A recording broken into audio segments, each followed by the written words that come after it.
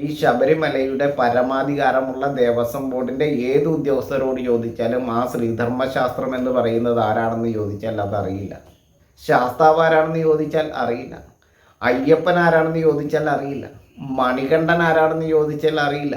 മാളികപ്പുറത്തമ്മ ആരാണെന്ന് ചോദിച്ചാൽ അറിയില്ല. ശിവൻ ആരാണെന്ന് ചോദിച്ചാൽ അറിയില്ല.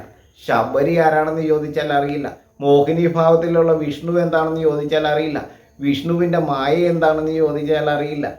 വലിയ കടുത്ത സ്വാമി ആരാണെന്ന് ചോദിച്ചാൽ അറിയില്ല. ചെറിയ കടുത്ത സ്വാമി ആരാണെന്ന് ചോദിച്ചാൽ അറിയില്ല. കറുപ്പായി അപ്പനെയും കറുപ്പായി അമ്മയെയും ആരാണെന്ന് ചോദിച്ചാൽ അറിയില്ല.